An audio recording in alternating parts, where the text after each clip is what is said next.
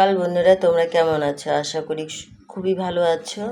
তো ভাবছিলাম যে আমি ভয়েসটা দেব না, কিন্তু দিতে বাধ্য হলাম, কেন আপনারা বুঝতে পারবেন না। তো কিছু দিন থেকে ভিডিও দিতে পারলাম না। ইউটিউবে কিছু একটা প্রবলেম ছিল যে ভিডিও ছাড়তাম যেত না, তারপরে আপনি আবার ঠিক হয়ে গেছে। ভিডিওটা দিতে দিলাম, এখন বলে দিলাম আর কি। আর হচ্ছে এই যে কচুর লতি দিয়ে আর মসুরির ডাল দিয়ে করব। তো দেখুন কিভাবে করি। আমি এখন এই যে দিয়ে দিচ্ছি লবণ, কেন অর্ধেক সেদ্ধ হয়ে গেছে। তারপরে এখন দিয়ে দিচ্ছি হলুদ, তো পেঁয়াজ দিয়ে দিচ্ছি। আর এই যে এরকম সেদ্ধ হয়ে গেছে, তা এখন আমি দিয়ে দিচ্ছি এই যে লতিগুলোকে। আমি এখন আমার ডাল কাটাটাও দিয়ে দিচ্ছি। তো এক হাতে তো হবে না, আমি দুটা হাত লাগবে আমার, তা দিয়ে নিই।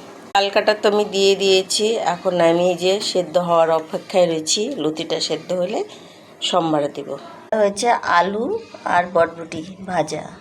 আপনারা কমেন্টে জানাবেন আমি যে কেন এরকম ভিডিওটা যাচ্ছে না। আমি তো কিছু বুঝতে পারি না, কেননা কি বুঝেও না। সেরকম ভিডিও বানানোর দরকার, বানিয়ে ছেড়ে দিচ্ছি, কিন্তু অতটা গভীরতে যেতে পারি না। তো আপনারা কমেন্টে জানাবেন। লাল লতি তো সেদ্ধ হয়ে গেছে, এখন আমি সম্বার দিব। দিয়ে দিচ্ছি সরষের তেল, ফোড়নে রয়েছে জিরা, শুকনো লঙ্কা দিয়ে দিলাম।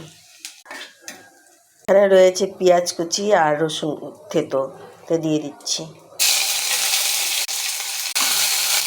ফোড়নটা আমার একটু লাল লাল হয়ে গেছে, তা আমি এখন যে ডালটা দিয়ে দিচ্ছি।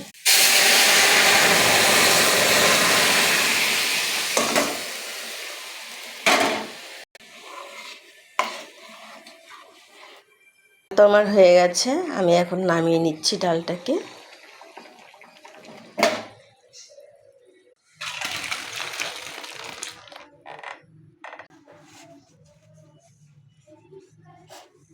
তো এইভাবে কারা কারা খেয়েছেন কমেন্টে জানাবেন।